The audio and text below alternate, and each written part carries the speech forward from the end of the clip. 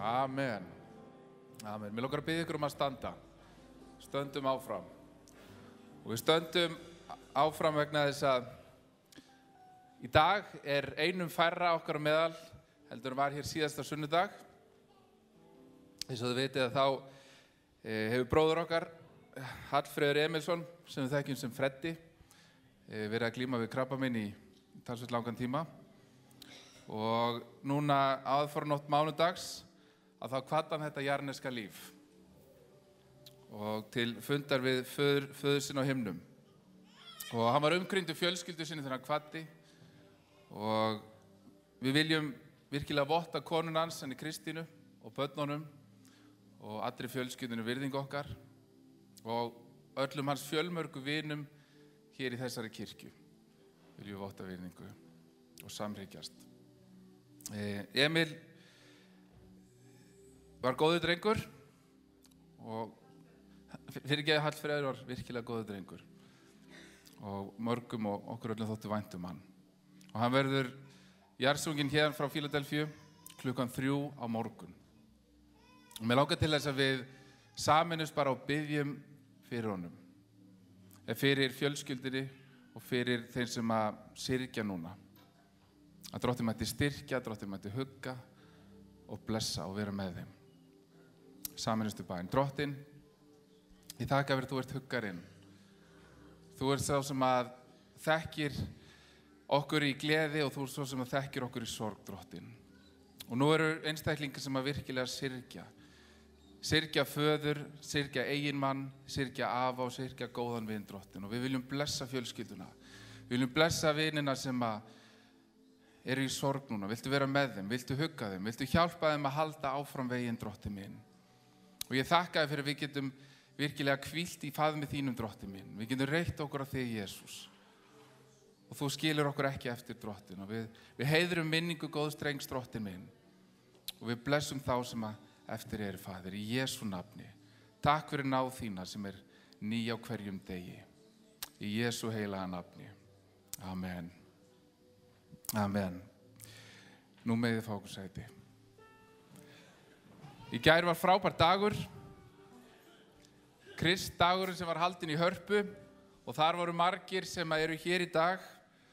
Harpan var undirlögð af bæn og lofgjörð til Drottins og þvílíkt frábært sem það var. Svo stórkostlegir tónleikar hérna í gærkvöldi og gaman að sjá þegar margar kirkjudeildir koma saman til þess að lyfta upp Jesú nafni. Og það var einstakur dagur að því leyti. Og það sem var svo gaman var hvað margir lögðu hendur á plóginn og þegar maður horfði í kringum sig, það var sérstaklega gaman fyrir okkur sem að stöðum hér að sjá hversu margir úr þessari kirkju voru fúsir til að leggja sig fram, þjóna í hinu og þessu. Allstaðar var fólk frá Fíladelfíu. Og mér langar að þakka ykkur fyrir fúsu þjónar hérna í tónlistin og í öllum hinum störfunum fyrir þjónustu ykkar í gær. Það var virkilega Guði til dýrðar. Drottinn blessi ykkur fyrir það. Svona virkar kirkjan. En lífið heldur áfram eftir Kristdag og mér langar að fara yfir nokkra hluti sem eru framöndan hérna í kirkjunni. Celebrate Recovery á þriðjudagskvöldum. Þetta eru frábærir fundir, stórkostlegir fundur. Og mér langar að hvetja ykkur til að gefa þeim tækifæri þeir sem ekki búin að pröfa. En langar að fara en kannski eigi eftir að taka skrefið. Komið, verið með. Þetta eru algjörlega frábært. Og sporahópar fara af stað núna í október. Unglinga Alfa nýlega byrjað og það á miðvikudögum klukkan 7 og það ennþá hægt að bætast í hópinn þar. Virkilega frábært efni og mjög skemmtilegt. Jesú konur ætla að vera með samveru núna í næstu viku og það verður 50. 2. október klukkan 8 að Birkihlíð 8. Segjum þetta einu sinni konur, Birkihlíð 8. Ok, vonandi munið það. Endilega koma saman og eiga samveru þarna. Ég var beðinn að segja frá kótilettu kvöldi Samhjálpar sem verður 3. október klukkan 7. Þar verður mikið að vera. Heiðursgestur ræðumenn verða Kristján Þór Júlíusson, heilbrigðisráðherra og Jón Gunnarsson, alþingismaður. Mikil og skemmtileg dagskrá. Miðaverð 5.900 og miðinn leið möguleiki á happdrættisvinningi. Allur ágóður til styrktar Samhjálpar. Og miðasala á skrifstofu Samhjálpar. Síðan eftir 2 vikur að þá komið að haustmóti Fíladelfíu. Heyri ég að mér því. Þvílík gleði sem að braust út. Þetta verður meiri háttar mót. Og við erum með frábæran gest sem heitir Stefán Kristjánsson og hann ætlar að tala út frá þema næsta mánaðar. Og nú verður það opinberað. Þema næsta mánaðar Þetta er kirkjan. Og við ætlum að fjalla kirkjuna, við ætlum að kafa í það hvað kirkjan hvernig kirkjan virkar og hvernig við sem kirkja getur orðin ennþá betri kirkja. Mjög spennandi þema og við munum keyra það allan næsta mánuð.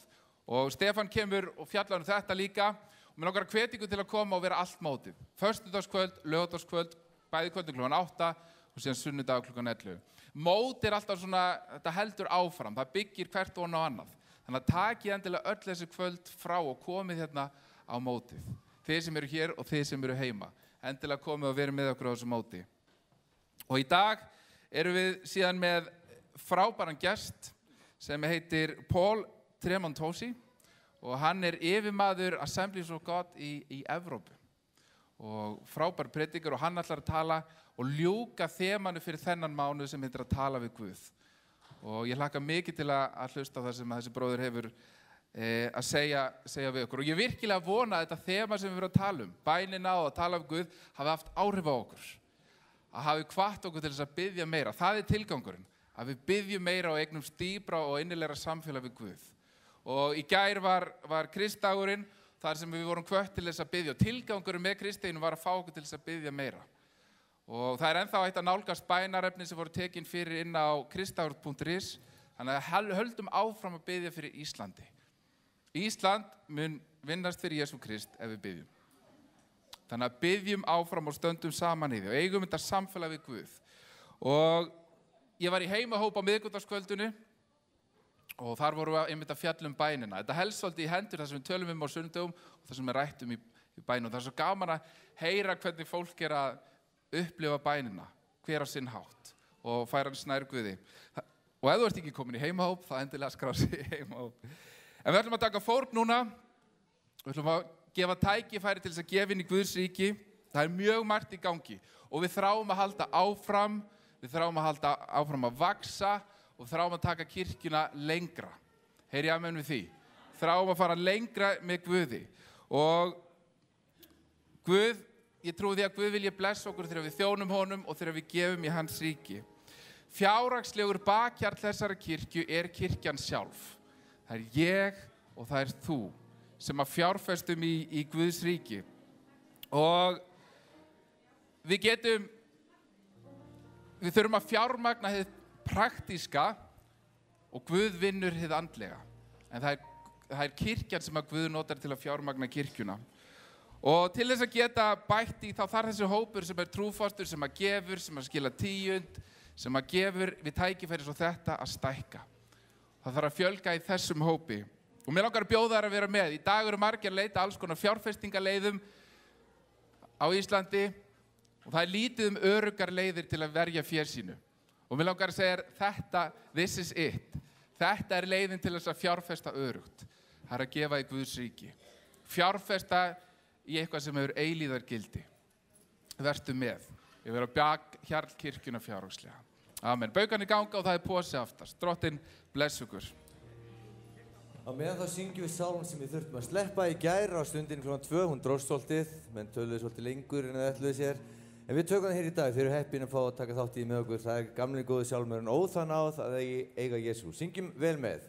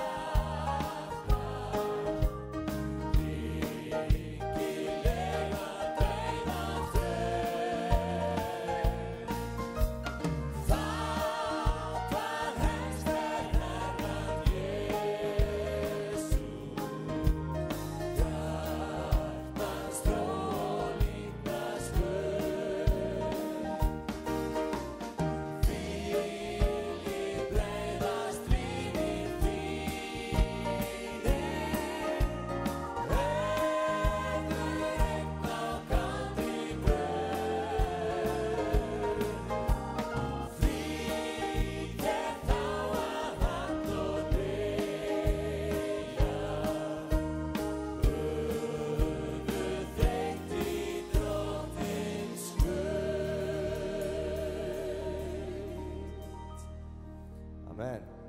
Oft þetta lag sungið rosalega hægt og rólega með orgelundirleik. Mér finnst þetta gleðisöngur. Hvað finnst ykkur? Óþvann ráð að eiga Jesú. Og svo talaði hver óttast ekki, bænin ber oss. Hvert? Ekki neitt á ská, heldur beina leið í Drottins skaut. Við ætlum að syngja nokkuð lög saman áður við fáum predikun. En börn, hver börnin? Þau eru svo stillt, ekki tekið svona eftir þeim. Nú komið tíma að þau fara í sína barnakirkju. Þau höfðu frábæra dagskrárskeiðs mér í gær í Hörpunni. Ekki að hverjum degi sem er haldin kristileg barnahátíð í Silfurbergi. En nú fara þau niður með sínum frábæru kennurum. Gangi ykkur vel, góða skemmtun. Mér langar til þess að taka annan sálm. Þetta er sálmur sem á við núna þetta þema mánaðarins sem er bænina og að Guð tali til okkar í gegnum bænina og lagið er gamalt og gott og heitir Tala Guð.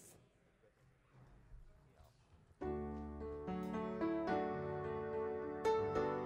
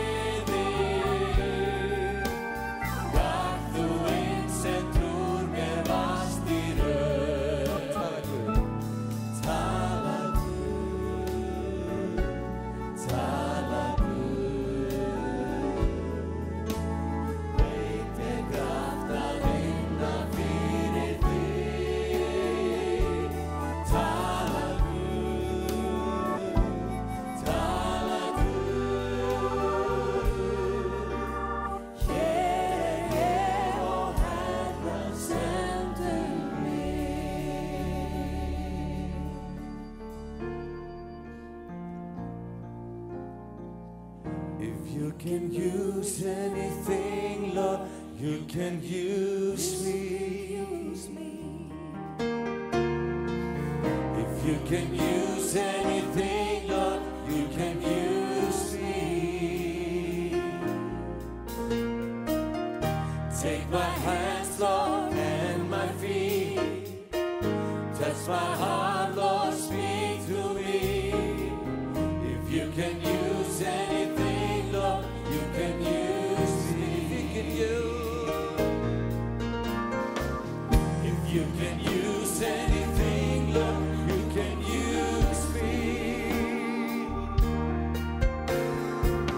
If you can use anything, Lord, you can use me.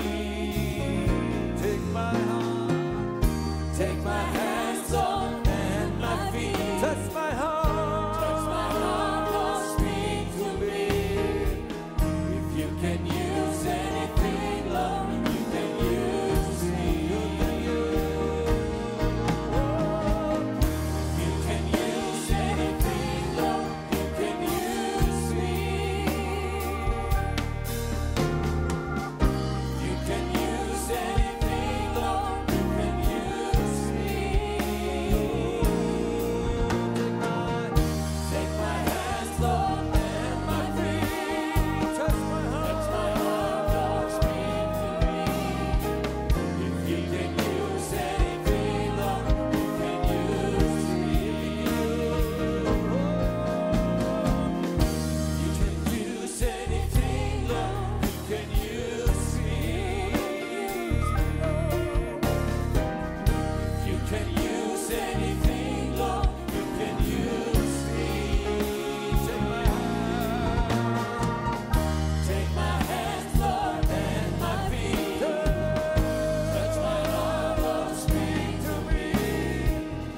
If you can use anything, Lord, you can use me. If you can use anything, Lord, you can use me. If you can use anything, Lord, you can use me.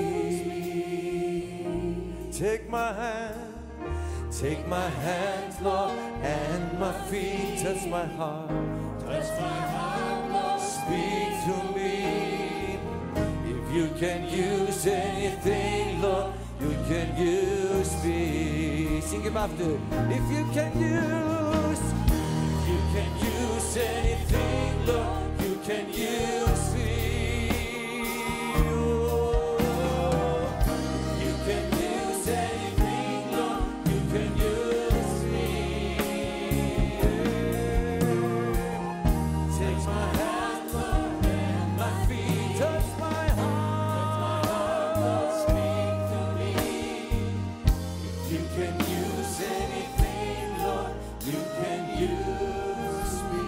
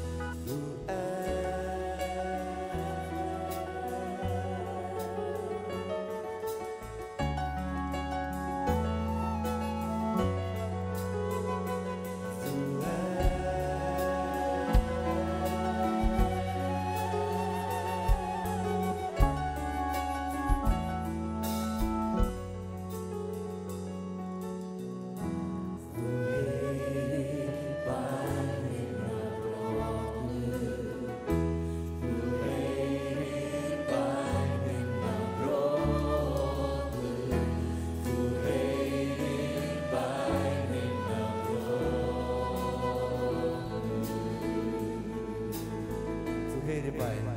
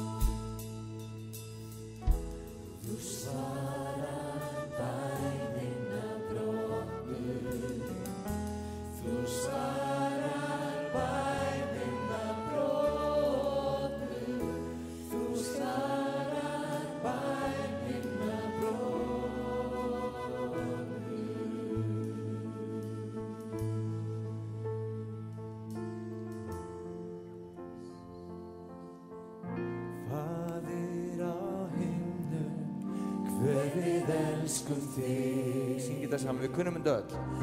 Við upphefjum þitt nafn á jörð. Megi ríkið þitt koma, og við lofum þig. Og sem líður þig, við upphefjum þitt nafn. Bless og sé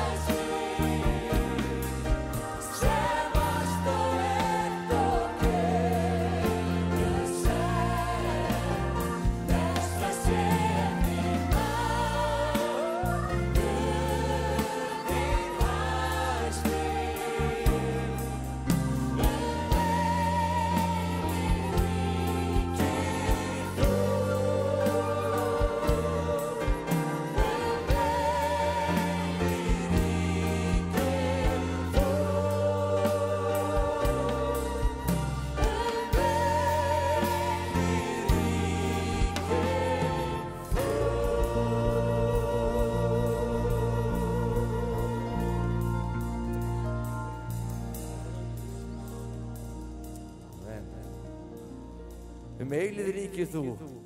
Amen. Við ætlum að fá predikarinn upp, það þarf að túlka þannig að þetta tekur aðeins lengi tíma þegar annarkvæmt Helgi eða Aron predika einir, þannig að við ætlum að gefa henni tæki fyrir hana. Welcome.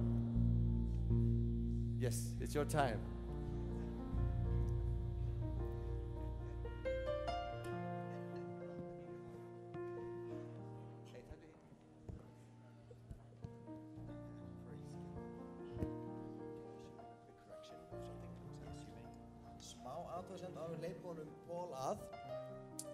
Fyrir Jesú konur, þetta svona dúfnahólar 10 vandamál. Þetta Beikihlíð, ekki Birkihlíð. En annars eru örugglega með Facebook síðu, þannig að bara finnið þær þar. Spurninga. We good? Yes, we're good. That's wonderful. I'm so glad to be with you today. Ég svo ánægður að fá að vera með ykkur hér í dag. I was sitting there listening to you. Ég satt hér og hlustaði á okkur. And the thought came to me. Og það hvarflaði að mér. Something is brewing in Iceland. Það eitthvað að gerjast á Íslandi. And it's not just the volcano. Og það ekki bara eldfjall. It's the volcano of the Spirit of the living God. Það eldfjall anda lifanda Guðs. And I was thinking, you know, when the volcano erupts, þegar eldfjall gís, the ash goes all over Europe. Þá dreifist askan alla Evrópu. I believe your volcano of the Spirit of the living God og ég trú að ykkar eldfjall Guðs anda is also going to go all over Europe. Mun einnig dreifast alla Evrópu. I am stirred in my heart. Ég hrærður í anda mínum. And I hope you're half as excited as I am. Og ég vona þeir séu þó ekki nema til hálfs jafn spennt og ég. The Bible says that to whom much is given, much will be required. En Biblían segir að þeim sem mikið gefið af honum verður mikils krafist. I don't think I have ever gone to any place where I have seen so much anointed giftings of God. Ég held ég ekki fara á marga staði þar sem ég séð svo mikla smurðar gjafir Guðs. The talent that God has given you. Hæfileikarnir sem Guð hefur gefið ykkur. He has not given it just for you. Hann hefur ekki bara gefið á ykkar vegna. He's given it to the world. Hann hefur gefið á heiminum. Through you. Í gegnum ykkur. To whom much is given. Þeim sem mikið gefið. Much is required. Af honum verður mikils krafist. You have a great responsibility. Þið hafið mikla ábyrgð. And I'm glad to be your brother and to be a part of that. Og ég gleðst í því að vera bróðir ykkar og fá að eiga hlutdeild í því. Well, it is just a joy to be with you, and I'd love to introduce my wife to you if I could. Það mikil gleði að fá að vera með ykkur og mig langar til að fá að kynna ykkur fyrir konunni minni. My wife is Italian. Hún ítölsk. From Sicily. Frá Sikiley. Those are the scary ones that carry the violin cases. Það þeir sem að maður óttast, þeir sem litlu fiðlutöskurnar. Now she's little. Hún lágvaxin. But she's ferocious. En hún mikil kraftur í henni. And she has been my best friend. Hún hefur verið besti vinur minn. Since we were 6 years old. Síðan við vorum 6 ára gömul. And she's still my best friend. Hún enn besti vinur minn. Would you welcome my wife Angela? Vil ég bjóða konu mína Angelu velkomna? Honey, did I say that like you told me to? Var þetta ekki alveg svo þú sagði mér að segja? And it is also a wonderful joy to be with my dear friend and colleague Tim Sutherland. Tim is the area director for Northwest Europe. Það gaman að fá að vera hér með samstarfsmannum mínum Tim Sutherland. Hann svæðisstjóri Norðvestur Evrópu. And I believe he was here before and he shared with you the word. Hann hefur komið hingað áður og talað í þessari kirkju. Tim, would you stand? Standa fætur. And when we talk about volcanoes, og þegar við tölum eldfjöll, we have to talk about Sheila first. Þá þurfum við að tala fyrst Sheila. And Mike. Og svo Mike. The Fitzgeralds are just brimming all the time with the Spirit of God. Fiskelathjónin, þau alltaf að bubla í þeim af anda Guðs. And I am honored to work with you and to be your colleague and your brother. Og það mér heiður að ég starfa með ykkur og vera samtalsmaður ykkar. Mike and Sheila make our mission very, very special. Mike og Sheila gera hlutverk okkar mjög sérstakt. They are anointed servants of God and I'm very, very proud to serve with you folks. Þau eru smurðir Guðs þjónar og það mér heiður að þjóna með ykkur. Amen. Let's give them a hand too. Já, klappa fyrir þeim líka.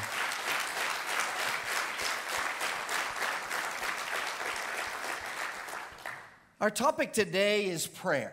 Við erum að tala bæn í dag. And I would like you to open your Bibles to Luke chapter 18. Bið ykkur að fletti í Biblíunum ykkar að Lúkasar Guðspjalli 18. kapla. We're going to read 1 through 8. Við ætlum að lesa vers 1 til 8. I'll read the whole thing and then you read the whole thing. Okay. Wonderful. In Luke's Gospel, chapter 18, 1-8, Jesus says, "Then Jesus told his disciples a parable to show them that they should always pray and not give up. He said, in a certain town there was a judge who neither feared God nor cared for what people thought. And there was a widow in that town who kept coming to him with the plea, 'Grant me justice against my adversary.' For some time he refused, but finally he said to himself, 'Even though I don't fear God or care what people think, yet because this widow keeps bothering me, I will see that she gets justice so that she won't eventually come back and attack me.' And the Lord said, 'Listen to what the unjust judge says. And will not God bring about justice for his chosen ones who cry out to him day and night? Will he keep putting them off? I tell you, he will see that they get justice, and quickly. However, when the Son of Man comes, will he find faith on earth?'" Og Jesús sagði þeim sögu, þá sagði Jesús þeim dæmisögu hvernig þeir skildu stöðugt biðja og eigi þreytast. Í borg einni var dómari sem hvorki óttaðist Guð né skeytti nokkurn mann. Í sömu borg var ekkja sem kom einlægt til hans og sagði, "Lát þú mig ná rétti á mótstöðumanni mínum." Það vildi hann ekki lengi vel. En að lokum sagði hann við sjálfan sig, "Ekki óttast ég Guð að sönnu, né skeytti nokkurn mann. En þessi ekkja lætur mig aldrei í friði. Því vil ég rétta hlut hennar áður en hún gerir út af við mig með nauði sínu." Og drottin mælti, "Heyri hvað rangláti dómarinn segir. Mun Guð þá ekki rétta hlut sinna útvöldu sem hrópa til hans dag og nótt? Mun hann draga að hjálpa þeim? Ég segi yður, hann mun skjótt rétta hlut þeirra. En mun mannssonurinn finna trúna á jörðu þegar hann kemur." This is one of those parables that is not very hard to understand. Þetta eina af þeim dæmisögum sem ekki flókið að skilja. The point of the parable is very simple. Kjarni sögunar mjög einfaldur. That we should always pray Að við eigum að stöðulega biðja and never give up. og aldrei gefast upp. Would you agree? Ekki sammála það? Honestly, and I'm going to be very honest with you today, Og ég ætla að vera bara mjög hreinskilinn við ykkur í dag. this passage frustrates me. Þá veldur þessi kapli mér svona ákveðni gremju. There's something in it that I don't comprehend. Það svolítið í honum sem ég næ ekki alveg utanum. So I need your help this morning. Þannig ég þarf kannski ykkar aðstoð í dag. Are you ready? We're going to learn something together. Eru þið til í það? Læra eitthvað saman. All right. Jesus here is comparing and contrasting the difference between God and the unjust judge. Hér Jesús að bera saman og draga fram andstæðurnar í Guði og ranglátum dómara. And he clearly makes the point that we need to pray with persistence. Og hann kemur því alveg til skila að við þurfum að biðja með svona stöðulega. And this is the point of the entire parable. Og þetta kjarnin sögunar. Pray with persistence. Að biðja stöðugt. I love the songs that you sang this morning. It talked about praying with persistence. Og við þóttum vænt að heyra lögin sem sungu í morgun sem fjölluðu þetta, biðja stöðulega. But here's my problem. En hér vandi minn. The only reason the widow has to keep practically begging and persisting Eina ástæðin fyrir því að ekkjan þarf að eiginlega nöldra í dómaranum. against the unjust judge Hjá þessum rángláta dómara. is because the unjust judge Vegna þess að rángláti dómarinn is unjust. ránglátur. How many of you with me? Já, erum við ekki að fylgja stað hérna? So, if God is just En ef Guð réttlátur and he is fair and loving, og hann sanngjarn og kærleiksríkur, why do we need to continue asking in persistence to get him to answer our prayers? hvers vegna þurfum við þá að biðja með stöðulindi og stöðugt til þess að hann svara okkur? Is that fair to ask?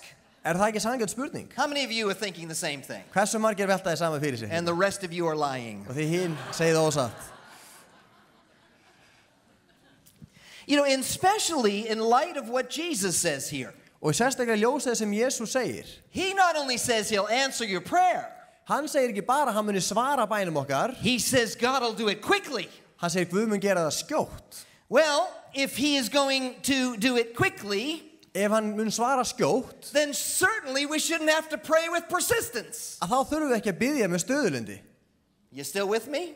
Fylgjast þeim það að? This message is getting worse and worse, isn't it? Þetta verður að vera predikunum með hverja setningun. Now, I don't know where you are in life, Ég veit ekki hver þið eru stödd í lífinu, but I have to be honest. en ég þarf að vera heiðarlegur. Sometimes when I pray, Stundum þegar ég bið, it doesn't get answered. þá kom engin svör. Sometimes I pray with persistence Stundum bið ég með stöðulyndi and nothing happens. og ekkert gerist. Sometimes I pray without persistence Stundum bið ég án stöðulyndis and it's answered like that. og því ég svaraði á augabræði. So I'm determining that something's messed up with me. Þannig ég er alveg búin að komast að það sé eitthvað að hjá mér. And all you people that raised your hands, something's wrong with you too. Og öll hins er rétt upp hönd, það er eitthvað að ykkur líka. When I was pastoring in Baltimore, Maryland, years ago, Þegar ég var fóstumar í Baltimore í Maryland fyrir mörgum árum, a young little boy got hit by a car out in front of our church. það var lítill strákur sem varð fyrir bíl fyrir utan kirkjun okkar. He was rushed to the hospital and the doctors said that he will be a vegetable or it's best that he dies. Og það var farið með hann á spítala og læknirinn sögðu að hann verður algjört bara eins og grænmeti eða í raun væri best að hann myndi bara fá að fara. They were not a member of the church, just a member of the community. Þetta fólk var ekki meðlumir í kirkjunni, bara meðlumir í samfélaginu. And I remember praying for the little boy. Og ég man ég bað fyrir sem litla dreng. And as I started to pray for him, Og þegar ég byrjaði að biðja, the Spirit of God spoke to me very clearly og talaði andi Guðs til mín mjög skýrt, that it was my responsibility to pray for that boy. að það var í mín ábyrgð að biðja fyrir þessum dreng. I mean, it really bothered me. Og þetta lagðist virkilega þungt á mig. So I found out where the boy was, Þannig ég komst að hvar hann var and I went to that hospital. og ég fór á þennan spítala. And I walked in there and I did not know the family. Og ég gekk hérna inn og ég þekkti ekki fjölskylduna.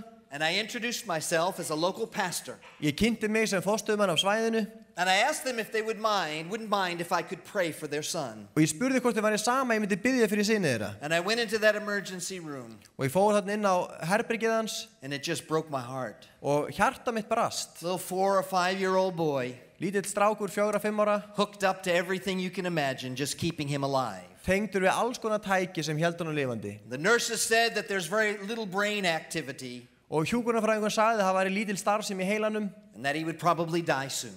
og líklega myndi hann bara kveðja Well, fljótlega. because the Lord had spoken to me so strongly, En að því að Guð hefði talað svo sterkt til mín, I thought for sure that when I would lay hands on him, he would be revived. þá var ég sannfærður að þegar ég myndi leggja hönd á hann, myndi hann bara lifna við. But I have to be honest, I was a little nervous. En ég var svolítið stressaður. I asked the nurse, could I pray for him? Og ég spurði hjúkrunarfræðinginn hvort ég mætti The biðja nurse said, okay. og hún sagði já.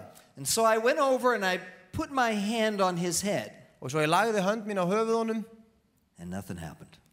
og ekkert gerðist. And I was mad. Og ég var reiður. How many of you know what I'm talking about? Kannist þið við hvað ég er að tala um? I thought for sure God was going to do something. Ég var sannfærður að Guð myndi gera eitthvað. And I prayed and I left the family. Ég bað og svo fór ég. As I'm driving home, Og þegar ég er að keyra heim, I'm yelling at God. þá er ég að skamma Guð. God, you said. Guð, þú sagðir.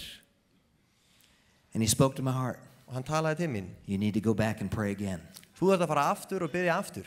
So each day for about 2 weeks, I would drive to that hospital Þannig á hverjum degi í 2 vikur keyrði ég á spítalan. and I would pray for that little boy. Og ég bað fyrir sem litla dreng.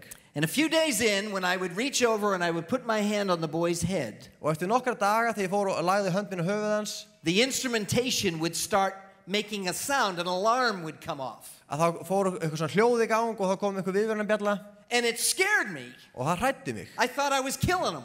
Ég held ég væri bara að skala hann. You see where my head is. Þið sjáu hvernig ég hugsaði. And the nurse would come running over. Og hjúkrunarfræðingurinn kom hlaupandi inn. What did you do? Hvað gerðirðu? I put my hand on him. Ég lagði hönd mína bara. And it got so bad that every time I came in, Og þetta varð þannig að leið og ég lappaði inn, that big nurse would come up behind me and watch me. þá kom hjúkrunarfræðingurinn inn á eftir mér og fylgdist með. Finally, after about 2 weeks, the last time I laid my hand on his head, Og eftir 2 vikur eftir ég hefði beðið fyrir honum í síðasta skipti, that machine went off. It was bouncing up and down. að það fór vélinn í gang og þetta skoppaði allt upp og niður The nurse was mad at me again, og hjúkrunarfræðingurinn reiddist mér aftur, but the boy was not awake. en strákurinn var ekki vakandi. I went home and I said, Lord, I've done all that I can do. Ég fór heim og sagði, Guð, ég hef gert allt sem ég gæti gert. That was a Friday. Það var á föstudegi. Sunday morning, Á sunnudagsmótni I began the service byrjaði ég samkomu when all of a sudden the doors in the back of the church opened up. og allt í einu opnast dyrnar aftast And in walked that little 5-year-old boy. og inn gekk þessi litli strákur. Glory to God. Dýr sé Guði.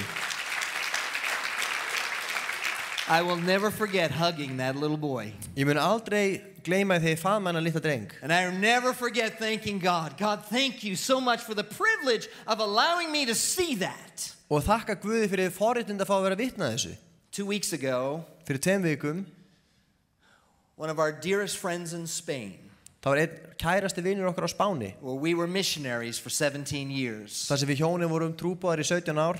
a gypsy brother Maður af svona síkuna uppruna. who loves the Lord with all his heart. Elskar Guð af öllu hjarta. His young daughter Ung dóttir hans grew up with my young son, ólst upp ásamt sonum mínum. closest of friends. Voru nánir vinir. And we got a phone call from some of our church family that his daughter had a tumor in her brain. Og við fengum símtal frá vinum okkar að dóttir hans væri með æxli í heila. And we began to pray. Við byrjuðum að biðja. And we began to seek God. Við fórum að leita Guðs. The whole church in Spain was lifting up young Reyes, 20 years old, I believe. Og öll 20, I can't see you, honey. 26 years old. þessari ungu stelpu, hún 26 ára og öll kirkjan á Spáni fór að lyfta henni upp í bæinn. And everybody's praying with persistence. Og allir biðja stöðulega. And just the other day, we received the report Og fyrir nokkrum dögum síðan heyrðum við that she died. að hún hefði látist. She's with Jesus. Hún hjá Jesú. And I thank God she's with Jesus. Og ég þakka Guði að hún hjá Jesú. But that hurts. En þetta virkilega sásökafullt. Why do I pray for a little boy that I don't even know? Hvers vegna því ég bið fyrir litlum dreng sem ég þekki ekki? And Jesus raises him up. Og Jesús reisir hann upp. And yet that one that I love so much En svo einhver sem ég elska svo mikið was not healed. og hún var ekki læknuð. That unjust judge thing aggravates me. Og þetta algjörlega, þetta étur mig upp. How many of you know what I'm talking about? Hversu margir kannast þið þetta? This world is unjust. Þessi heimur ósanngjarn. There's something else that's going on here. Og það eitthvað fleira að verki. It's like C.S. Lewis said. Það svo C.S. Lewis sagði. He said, it's not so much the unanswered prayers that bothers me. Það ekki svo mikið bænirnar sem ekki fá svar sem trufla mig. But rather it's the fact that we have so many passages Heldur frekar það svo mörg vers that seem to promise that he will answer. sem virðast lofa því að hann muni svara. And that's what bothers me. Og það það sem angrar mig. And so the Christian church, we have to deal with this difficulty. Og við sem kirkja, við þurfum að glíma við þetta. And unfortunately we come up with things that comfort us. Og því miður þá leitum við að einhverju sem bara huggar okkur. Clichés. Svona einhverjir frasar. Pat answers. Svona stöðlu svör. For instance, it's just not God's will. Einfallega, já, það var kannski ekki vilji Guðs. It wasn't God's will for young Reyes or 26-year-old girl to be raised up. Kannski var ekki Guðs vilji að Reyes 26 ára stelpa yrði læknuð. If it was God's will, he would have healed her.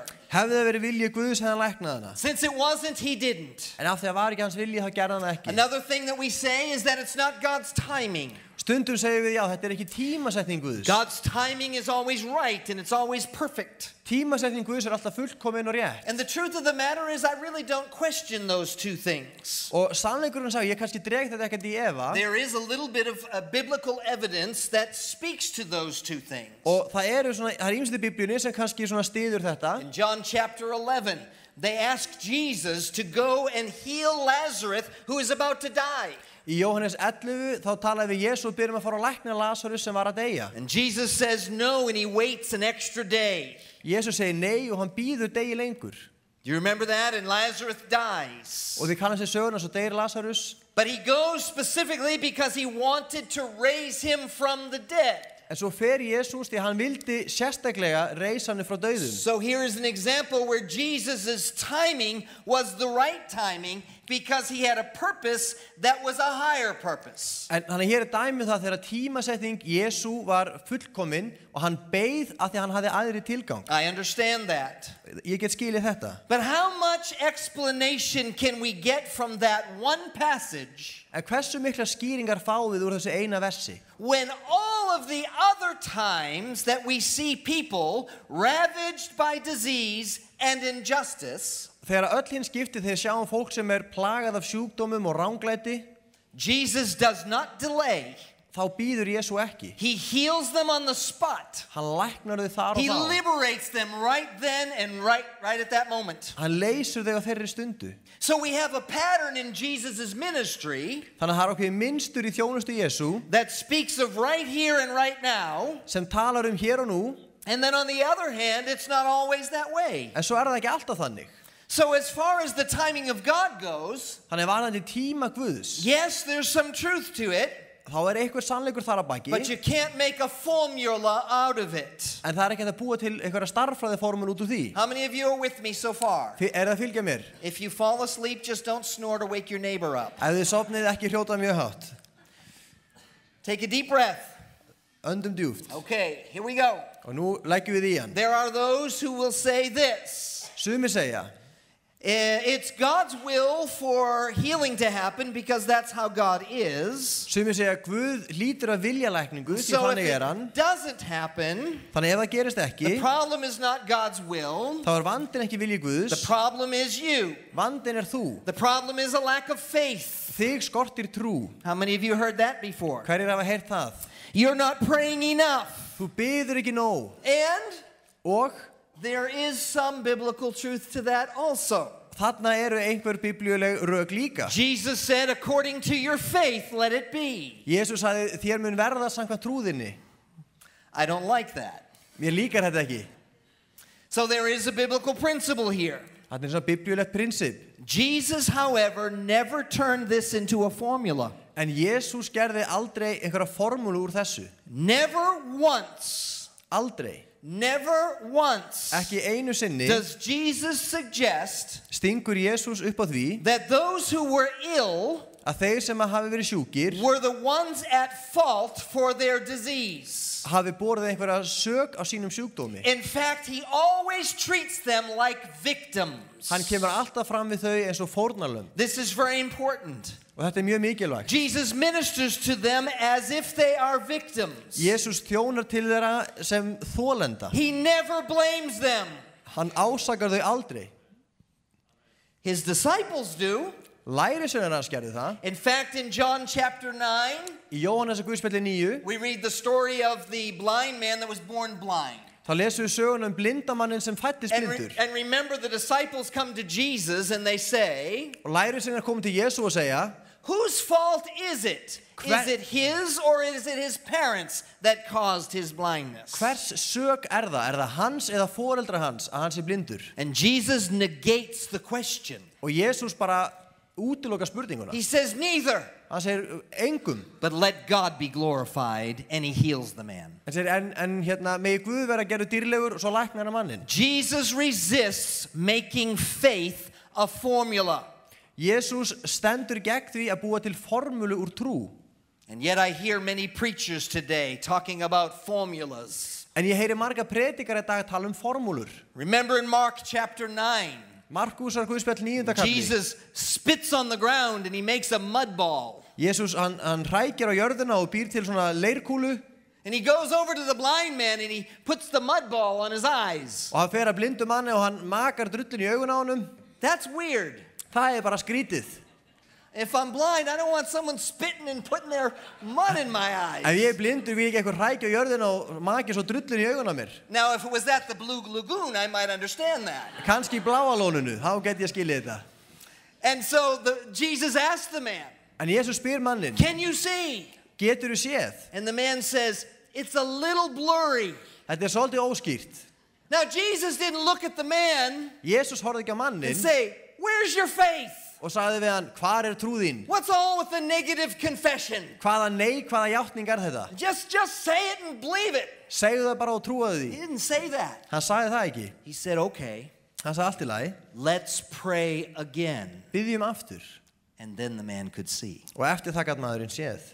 Are you with me so far? Erum við að fylgjast að hérna? So faith is important, Trú skiptir máli, but it's not a formula. en þetta ekki formúla. Bottom line, Loka niðurstaða. God's will is important. Vilji Guðs skiptir máli. Faith is important. Trú skiptir máli. Timing is important. Tíminn skiptir máli. But there are no formulas. En það engar There are formúlur. no guarantees. Það ekkert örugt. And we as kingdom people Og við sem fólk Guðs must ríkis resist the temptation to fall into these simplistic cliches. Við verðum að forðast á freistingu að falla inn í þessar einfeldningsformúlur. It must not be God's will.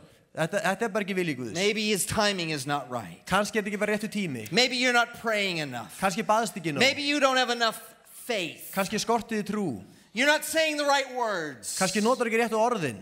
There is no certain explanation as to why things don't happen the way we want them to happen. Það engin örugg útskýring á því af hverju hlutirnir gerast ekki eins og við viljum. There, I said it. Og þá lét ég það flakka. So now you have my frustration about this parable. Þannig að núna skiljiði gremju mína með þessa sögu. And I'm so glad that I was able to make you frustrated too. Og ég svo þakkláttur að ég gæti gert ykkur smá gröm líka.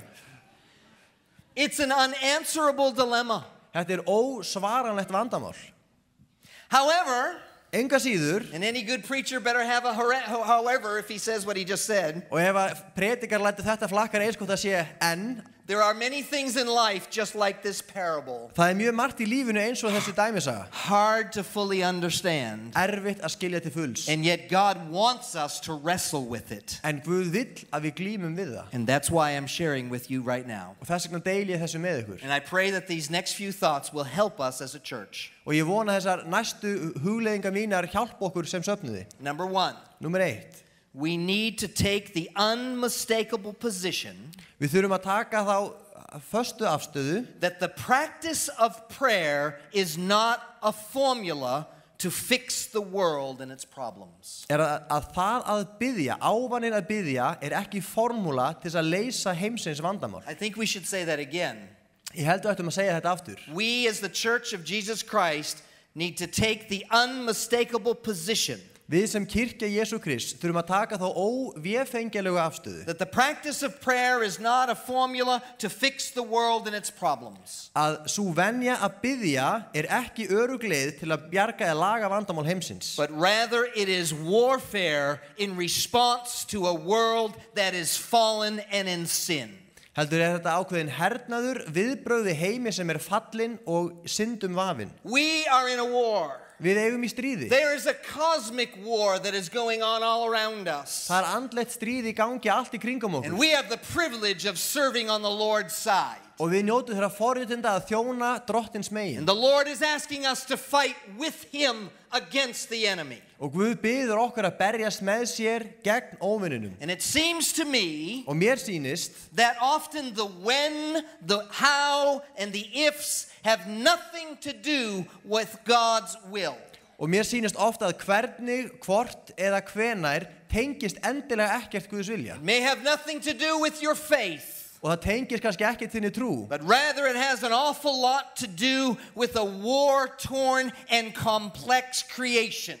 Heldur tengist miklu frekar þessari stríðshrjáðu og flóknu sköpun. It has a lot to do with powers and principalities of the air that scriptures speak about. En tengist mikið tignum og völdum í himingeimnum sem ritningarna tala um. The classic text here is Daniel chapter 10. Og hinn klassíski texti hér Daniels bók 10. kapli. Where Daniel is praying with all his heart. Það sem Daniel biður af öllu mætti. And God answers the prayer. Og Guð svarar bæninni. But it doesn't happen right away. En það gerist ekkert strax. It takes 21 days. Það tók 21 dag. And it wasn't because it wasn't God's will. Og það var ekki vegna þess að það væri ekki Guðs vilji. It wasn't because Daniel lacked faith. Það var ekki að því að Daniel skorti trú. But rather there was some interference going on in the spiritual realm. Heldur voru átök í andaheiminum. It took 21 days. Það tók 21 dag. And then the prayer was answered. Og svo var bæninni svarað. When we pray, Þegar við biðjum. Þegar við biðjum. we are aligning our heart Þá erum við að stilla hjörtu okkar. with his heart. Inn á hjarta Guðs. Not because Ekki vegna þess we have to do something. að við verðum að gera eitthvað. Not because God isn't strong enough. Ekki vegna þess að Guð ekki nógu sterkur. But because God has wired this process Heldur hefur Guð sett þetta þannig upp so that when we pray, að þegar við biðjum we become like a synapse. Að það verður við eins og einhvers konar rafskaut. In the nerve system, there are neurons, and there's a little gap between each nerve. Í taugakerfinu eru rafboð og það eru smá bil á milli sérhverjar taugar. And there's a little spark as such that goes from one nerve to the other. That's called a synapse. Og það lítið svona nesti og hann hleypur milli tauga og hann heitir þessu skemmtilega nafni. It's an electric charge that connects with our heart to God's heart. Þetta rafboð sem tengir okkur við hjarta Guðs. And when that synapse happens, Og þegar þessi tenging á sér stað, it releases more kingdom influence into this war-torn world. að þá opnast fyrir meiri áhrif Guðs ríkisins inn í þennan stríðshrjáða heim. Therefore, we become with God Þá verðum við með Guði, co-partners samstarfsmenn to push in a kingdom direction. sem ítum hlutunum í átt að Guðs ríkinu. How many of you with me so far? Fylgist You're doing good. Hold on. Standið ykkur mjög vel. We're pushing because there are forces, both human and angelic, that are resisting the kingdom of love or the kingdom of God. Og við þurfum að íta vegna þess að það eru öll, bæði mannleg og andleg, sem standa gegn Guðs vilja og Guðs ríki. I have come to recognize Og ég hef áttað mig á því that persistent prayer að bæn með stöðulindi is about pushing, snýst það að íta and it's about warfare. og það snýst hernað. And the sooner we as the Church of Jesus Christ Og því fyrr sem við sem kirkja Jesú Krist begin to walk in this unifying mentality, byrjum að ganga í þessu hugarfari, the more kingdom of God influence will be pushed back into this world. þeim meira af Guðs ríki hægt að þrýsta fram í þessum heimi. To reach the potential of a spirit-anointed community Að við náum þeim möguleikum okkar að vera andans smurt samfélag. will require that we all push together.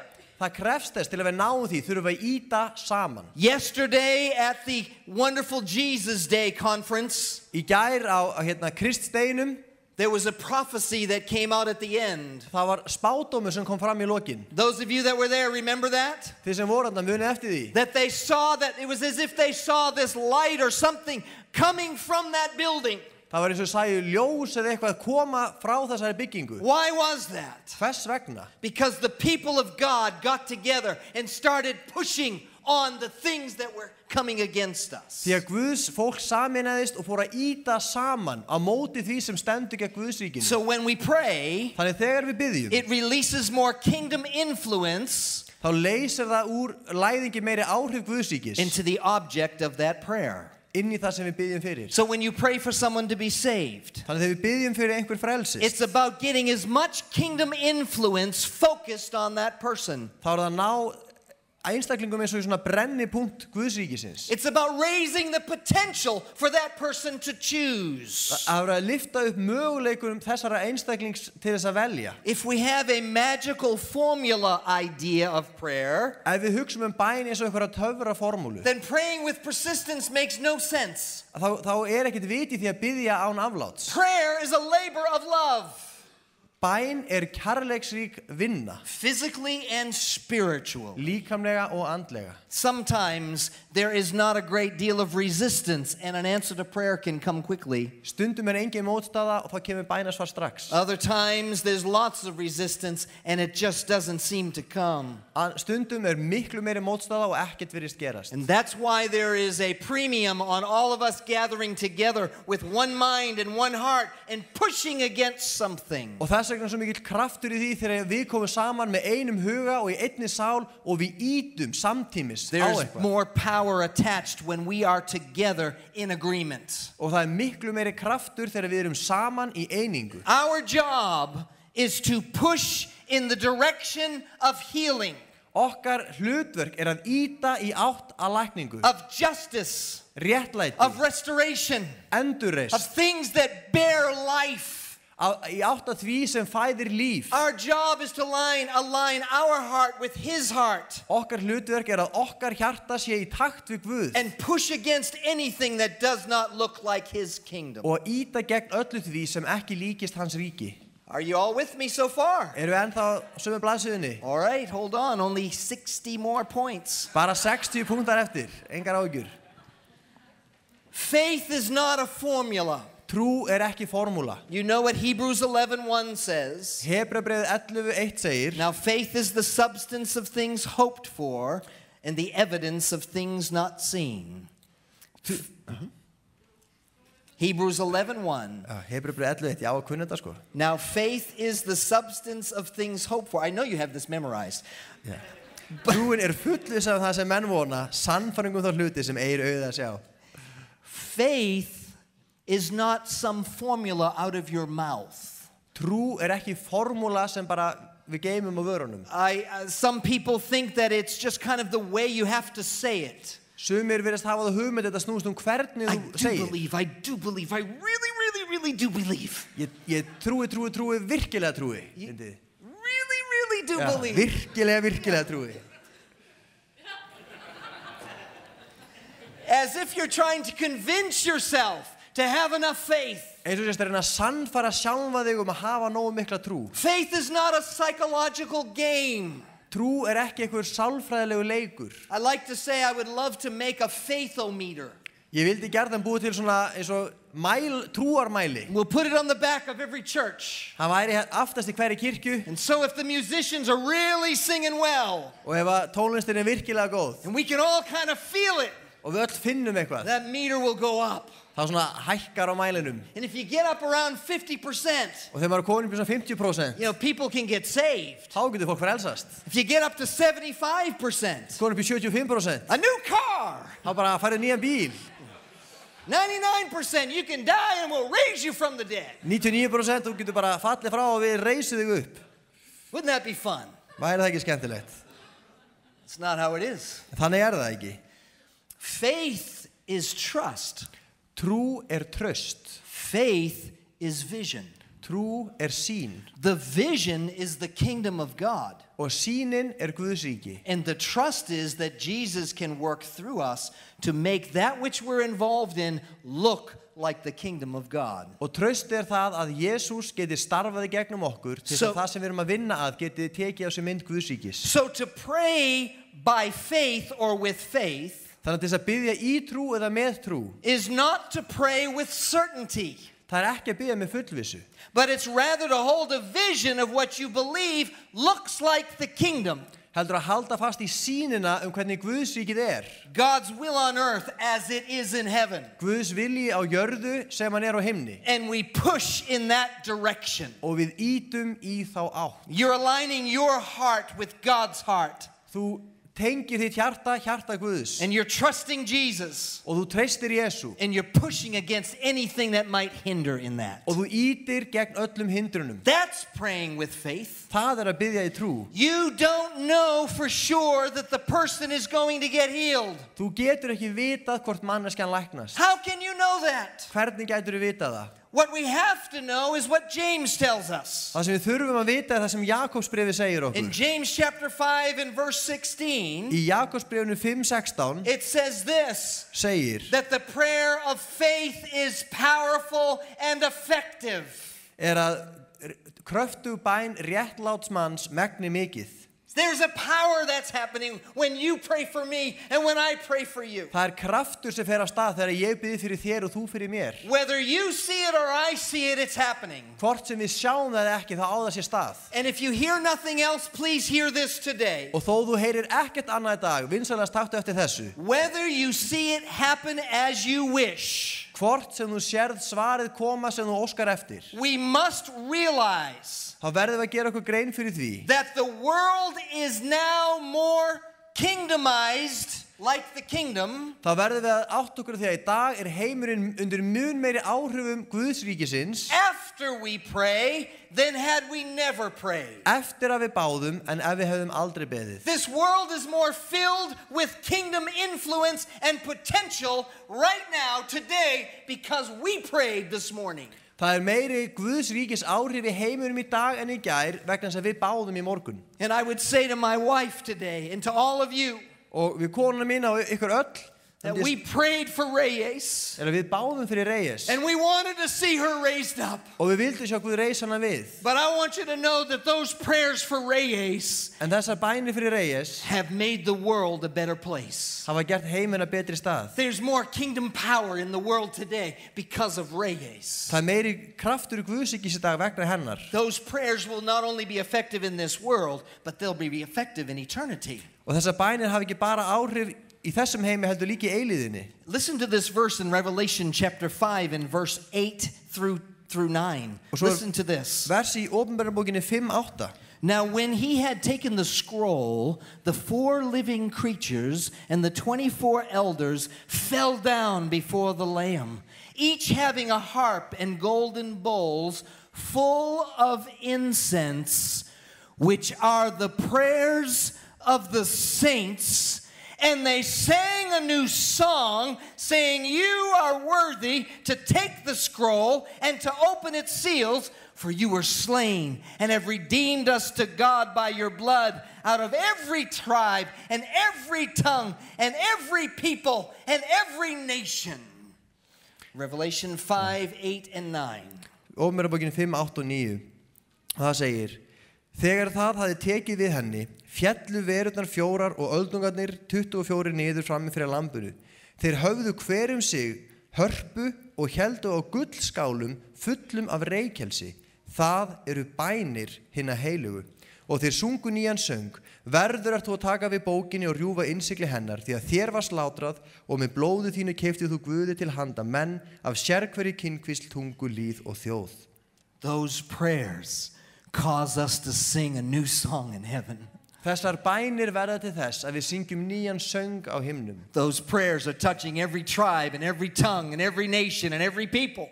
Og þessar bænir snerta við sérhverju kynkvísl og tungu, lýð og þjóð. Later on in Revelation it says the same thing. I won't read it for you. Og síðar í Åpenbararbókinni segir það sama. But it says that the prayers of the saints become part of God's perfect judgment and justice against the world. Það segir að bænir hinna heiligu eiga hlutdeild í réttlátum dómi Guðs yfir jörðinni. One day there will be justice in the world. Og þegar Guð kemur með réttlæti til And our jarðarinnar. prayers will be part of that healing process. Þegar Guð kemur með réttlæti til jarðarinnar þá eru bænir okkar hluti af því ferli. The act of praying moves us a bit closer to the kingdom here on earth. Þegar við biðjum þá færið okkur örlítið nær Guðsríkinu hér á jörð. And it impacts eternity in heaven. Og það hefur áhrif á eilíðin á himnum. Isn't that good news? Er það ekki góðar fréttir? Is that good news? Er það ekki góð tíðindi? And so when we pray with persistence, Þannig þegar við biðjum án afláts envisioning in our minds and in our hearts what we know the kingdom is all about, og sjáum í huga okkar og hjarta hvernig Guðsríki lítur út and we focus that energy on that object of prayer, og við horfum á þennan hlut sem við biðjum fyrir og þessi Guðs kraftur kemur þar and we push and we push and we push, even though you're not certain of what's going to happen, og við ítum og ítum og ítum þó við getum ekki verið viss hvað muni gerast, there's power in that moment. þá kraftur í þessu. Amen. So how long should we pray? Og hversu lengi eigum við að biðja? That's my next frustration. Það svona næsta frustrasjón hjá mér. My entire life, or just until I get what I'm praying for? Á ég að biðja allt lífið eða þangað til ég eignast það sem ég biði fyrir? Is it ever okay to stop pushing Einhvern tímann í lagi að hætta íta and just accept things as they are? og maður bara sætta sig við hlutir eins og þeir eru? And here is my profound theological answer. Og hérna kemur mitt djúpa guðfræðilega svar. I have no idea. Ég hef ekki hugmynd. But what I do know En það sem ég veit is if I persist in praying for every prayer request that I receive, ef ég held áfram og ég bið stöðulega fyrir hvaða bænarefni sem ég tek fyrir, even 24 hours of non-stop aggressive prayer would still not be enough. að það myndi jafnvel heill sólarhringur af óslitinni ákveðinni bæn ekki duga. When is it time to let it go? Hvenær komið að því að sleppa tökunum? Again, my theological answer. Aftur mitt djúpa guðfræðilega svar. Together we say, Saman segjum við, I don't know. Ég hef ekki hugmynd. However, Enga síður. this is what I do know. Þetta veit ég. When we don't know the answer to something, Þegar við vitum ekki hvert svarið we need to invite people that know us and love us our community, we need to invite them into the question. Þegar við erum að glíma með spurningu sem ekki þekkjum, þá þurfum að bjóða fólki sem þekkir okkur og þykir vænt okkur til að taka þátt í að svara spurningunni með okkur. This way you're not in the question alone. Þannig stendur ekki aleitt frammi fyrir spurningunni. So when you're struggling with something and you're not quite sure what to do, Þegar þú ert að glíma við eitthvað og veist ekki alveg hvað þú átt að gera, you get people who know you and who care about you and you invite them into your question. að þá talar við fólk sem þykir væntu þig og þekkir þig og þú býður þeim að stíga inn í spurninguna með þér. There's wisdom in the counsel of many. Það viska í ráðgjöf margra. And as long as God places something on your heart to push against, Og svo lengi sem Guð leggur þér eitthvað á hjarta til að íta á, then you and your community keep pushing and pushing and pushing until God releases you from that burden. þá skal þú og þeir sem í kringu þig eru íta og íta þangað til að Guð leysir ykkur undan I þeirri byrði. believe that the default setting of the Church of Jesus Christ, when it comes to praying for our community, Ég trúi því að hinn svona sjálf forritaða stilling kirkjunar þegar kemur að því að biðja fyrir samfélaginu is that we pray for that healing no matter what. að við biðjum fyrir lækningunni sama hvað. But do you remember when the Apostle Paul prayed that the Lord would take the thorn from his side? Do you remember that? En munið þegar Páll postuli bað að Guð myndi taka þyrnin úr síðans And the Apostle Paul prayed 3 times, he said. og hann bað í þrígang, segir hann. And then the Lord said, back off, no more. Og Guð sagði við hann, nú skaltu hætta, þetta nóg. In that case, God says, I can use you more in your weakness than in your strength. Þá sagði Guð, ég get notað þig meira í veikleik þínum en í styrkleik þínum. The fact is, we can't do it all. Og sannleikurinn sá við getum ekki allt. But we need to know what we are called to do. En við þurfum að vita til hvers við erum kölluð. You as a community of believers here, Og þið sem að samfélag trúara hér, you need to know what your assignment is from the Holy Spirit. þið þurfum að vita hvert ykkar hlutverk And that's what you need to be pushing on. Og það sem heilagarandi leggur á hjart ykkar, á það þurfum þið að íta. We have to know that persistence will pay off one day. Og við þurfum að vita það að gefast ekki upp, það mun gefa ávöxt When síðar. Christ returns, it will be worth it all. Þegar Jesús kemur aftur, You mun may þetta not allt að see vera- all the answers on this side of heaven, Við sjáum ekki svörin endilega hér megin grafar. but one day, En dag einn, justice will be done. þá kemur réttlæti fram. One day, Dag einn, every knee will bow, mun sér hver kné and every beygja tongue will og confess sér hver tunga that játa Jesus Christ is indeed the Lord of all. að Jesús Kristus sé sannarlega drottinn. One day, Dag einn, we will be healed. þá munum við One læknast. day, Dag einn, we will be restored. þá munum við endurreisast. One day, Dag einn, the King is going to come through the clouds, þá kemur konungurinn á skýjum himins and we will go with him in glory. og við förum með honum inn í dýrðina. This is so important for us to understand. Og það er svo mikilvægt fyrir okkur að skilja. It's very interesting as I come to a conclusion Og sem ég loka, þá mjög áhugavert that the Jesus who in this parable tells us about answered prayer, að Jesús sem segir ykkur í þessari sögu frá bænasvari, and that same Jesus who gives us that word about answered prayer, and he would do so quickly, sem segir okkur líka frá bænasvari og hann muni skjótt svara, is the same Jesus that told his disciples sami Jesús og sagði lærisveinum sínum that many of them would be persecuted and would die unjustly. að margir þeirra myndu vera ofsóttir og deyja óréttlátum dauðdaga. So whatever Jesus means by quickly, Þannig að hvað sem Jesús á við með orðunum skjótt, he clearly was not promising that all prayers for justice and healing would be answered in their lifetime. var hann ekki að lofa því að allar bænir fyrir réttlæti og lækningu yrðu svarað í þessu lífi. And this is important for us to remember. Og það er mikilvægt fyrir okkur að muna þetta. Our job, therefore, church, Okkar hlutverk kirkja is to manifest as much now of the kingdom að leyfa Guðsýkin að koma fram eins mikið og við getum núna in how we live, í því hvernig við lifum, in how we pray. í því hvernig við biðjum. And we are not called, I hate to say this, but we are not called to change the world. Og mér þykir leitt að segja það, við erum ekki kölluð til að breyta heiminum. We are not called to change the world. Við erum ekki kölluð til að breyta heiminum. How many of you are depressed now? Hversu mörg ykkar eru pínuð þung í þessu?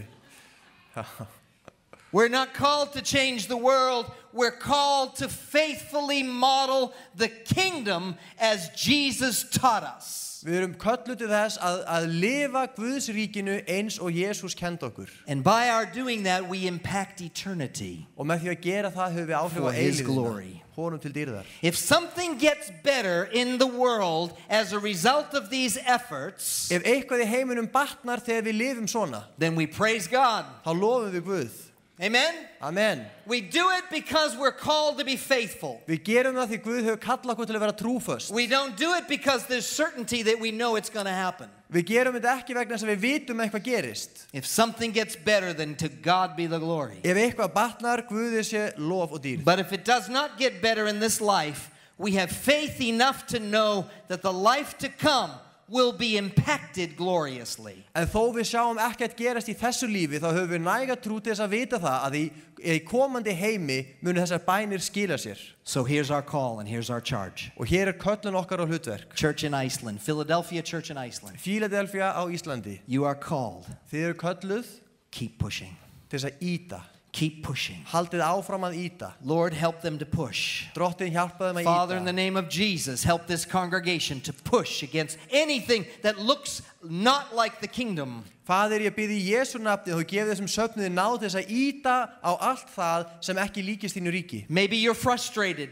Og kannski grímið við gremju. Maybe you're having very difficult times right now in your life. Og kannski gengur gegnum erfiðan tíma. Maybe God seems far away. Kannski virðist Guð langt í burtu. Keep pushing. Haltu áfram að íta. Keep pushing. Haltu áfram að íta. Possibly life is going wonderful for you. Kannski lífið stórkostlegt. Good. Frábært. Keep pushing. Haltu áfram að íta. Maybe life not going very well for you. Kannski gengur lífið ekki vel. Keep pushing. Haltu áfram að íta. Maybe you feel the presence of God today. Kannski finnur nærveru Guðs í dag. Keep Æðislegt. pushing. Haltu áfram að þrýsta. Maybe you're not feeling the presence of God today. Kannski finnur ekki I'm nærveru sorry Guðs. about that. Mér þykir það leitt. He is here. Hann hér. Keep pushing. Haltu áfram að We þrýsta. live in a very frustrating and irritating universe. Við lifum í pirrandi og þreytandi Have you heimi. noticed that? Hafið tekið eftir því. It's that cosmic war that is around us. Það þetta andlega stríð. The Spirit of the living God is calling you and calling me En andi hins lifanda Guðs kalla mig og to, þig in partnership with God Himself, til að eiga samstarf með honum. link my heart, our heart, with His heart, Að tengja okkar hjörtu hans hjarta. and keep pushing in prayer. Og halda áfram að And þrýsta í when we do bæn. that, Og þegar við gerum it það, makes a difference here þá skiptir það máli and hér in eternity. og í eilíðinni. How many of you are ready to push? Hversu margir eru tilbúinir að Would you þrýsta? stand with me? Vil ég standa með mér á fætur?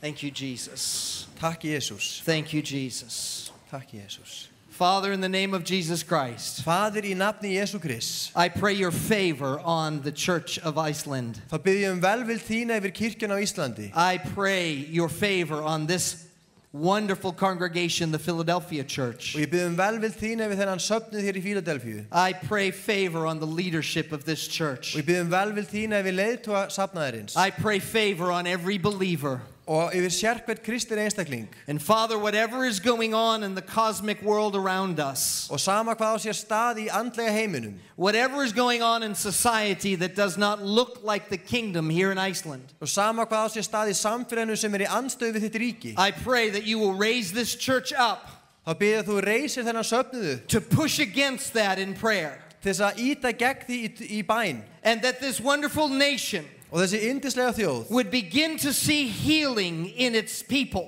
fá að sjá græðslu meðal líðsins. That the sick would begin to get well. Að henni sjúku verði heilir. That the economy would indeed begin to get strong. Að efnahagurinn styrkist.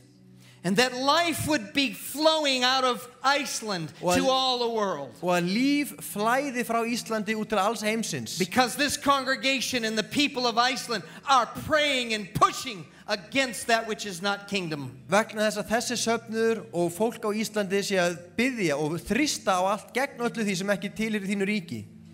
Father, we by faith agree with you. Og Faðir, í trú þá tökum okkur stöðu með þér. Let your power be unleashed in us. Láttu kraftinn losna í okkur. Let your power be unleashed in us. Láttu kraftinn koma fram í okkur. I pray for everybody here that's hurting today. Og ég bið fyrir öllum hér í dag sem að glíma við sársauka. And they've been praying and they've been praying and they've been praying and they're just tired and at their wits' end. Hafa beðið og beðið og þau eru þreytt og þau eru bara alveg að missa tökin. If that's you here today, you're just so frustrated, you're so tired. I'd like you to lift your hand up nice and high. I want to see it, yes. I see it all over the congregation. Og þú ert á þessu stað og það er bara gremja og þreyta, þá viltu rétt upp hönd og mér langar að biðja með þér. Now right now, you keep your hand up high. Og ég biðja að halda höndin á lofti. The rest of this congregation, I want you right now to push in the spirit realm. Would you push on behalf of your brothers and sisters whose hands are lifted right now? Og nú vil ég biðja okkur öll að sameinast í því að þrýsta fram Guðs vilja fyrir systkin okkar sem eru með uppréttar hendur. If you're near somebody with a hand up, would you put your hand on their shoulder? Og ef það er einhver nákomið þér, einhver við hliðina sem hefur rétt upp hönd, viltu taka utan þau og standa með þeim? And let's push in the name of Jesus. Og við skulum íta saman í Jesú nafni. Push on their behalf, would you? Og við skulum íta fyrir þeirra hönd. Father, in the name of Jesus, we ask your healing power. Jesus, kom með kraftið þinn, drottinn minn. We ask your healing to flow. We ask your answers to questions that are being asked to be answered for your glory. We ask that eternity would be impacted because of this moment. In the name of Jesus, rise and be healed.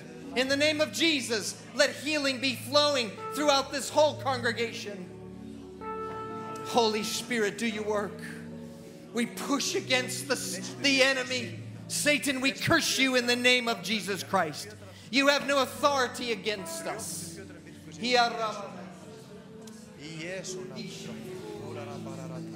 In the name of Jesus Christ we pray and we believe for healing. We believe for health. We believe for wholeness. And Lord God, we believe for Iceland to know Jesus Christ. Let it happen. Let it happen. Let it happen. Let it happen. Let it happen. Let the Spirit of the living God, the same Jesus, the same Spirit that raised Christ from the dead, Sami andi og reisti Krist frá dauðum, dwells in you. Hann býr í okkur. May He quicken your mortal body. Megi hann lífga ykkar dauðlegu líkama. And that we would rise up Mættu við rísu and push against the kingdom of darkness. Og íta í mót ríki myrkursins. That we may see the kingdom of light. Og sjá ríki ljóssins. In Jesus' name we pray. Í Jesú nafni biðjum við. Amen and amen. God bless you. Amen. Guð blessi ykkur. Amen. Amen. Og við erum að koma að lokum þessar samkomu. Að sjálfsögðu bjóðum við upp á fyrirbæn hérna í hliðarsalnum eftir samkomuna fyrir alla sem það vilja þiggja. Annars kaffi og samfélag hérna niðri. Þétt pökkuð vika af yndislegum viðburðum. Alfa, Royal Lenses, Celebrate, allt þetta. Guð blessi ykkur og gefi ykkur yndislega viku.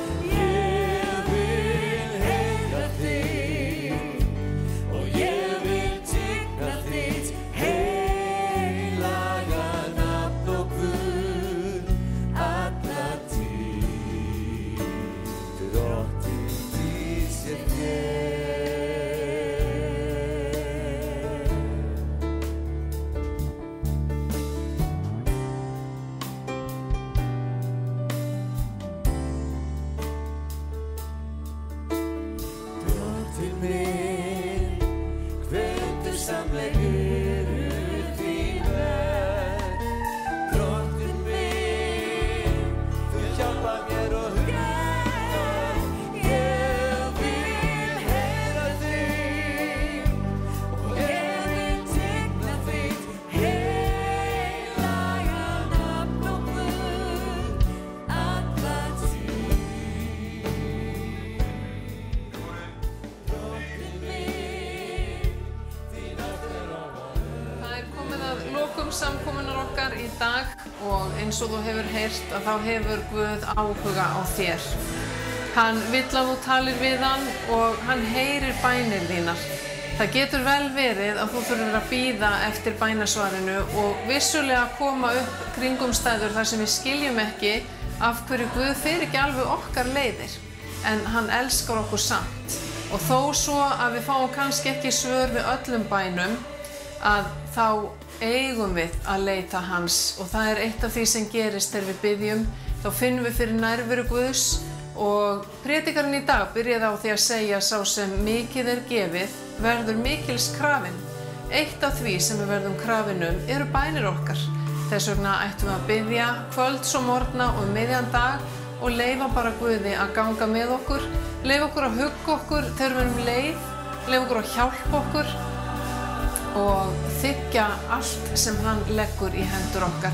En nú langar mig að lokum að biðja fyrir þér vegna þess að Guð þekkir þínar kringumstæður. Það eru margir sem hafa fengið bænasvör og nú skulum við biðja. Góði Guð, ég þakka þér fyrir þá sem eru að fylgjast með þessari útsendingu. Ég þakka þér fyrir, góði Guð, að þú ert lifandi Guð og þú elskar okkur og þú hefur áhuga á okkar kringumstæðum og ég bið fyrir þeim drottinn sem eru að horfa eða hlusta og bera þungar byrðar. Viltu lyfta þeim af þeim, viltu gefa þeim huggun og styrk, viltu gefa lækningu þar sem lækningar er þörf. Ég bið bara lausn í hverju sem lausnin er fólgin. Ég þakka þér fyrir drottinn að þú gefur alltaf svar þó að svarið sé ekki alltaf eins og við viljum. Við fáum svar þó svo að verði ekki fyrir jafnvel í eilífðinni. Ég þakka þér bara fyrir drottinn að þú ert Guð og hjálpaðu okkur að vera ekki að reyna að leika Guð sjálf. Hjálpa okkur bara að beygja okkur í æðruleysi undir þinn vilja. Og ég bið drottinn blessun inn á hvert einasta heimili í landinu. Í Jesú nafni. Amen. Við verðum hér aftur næsta sunnudag klukkan 11. Vertu velkomin í Fíladelfíu, Hátúni 2.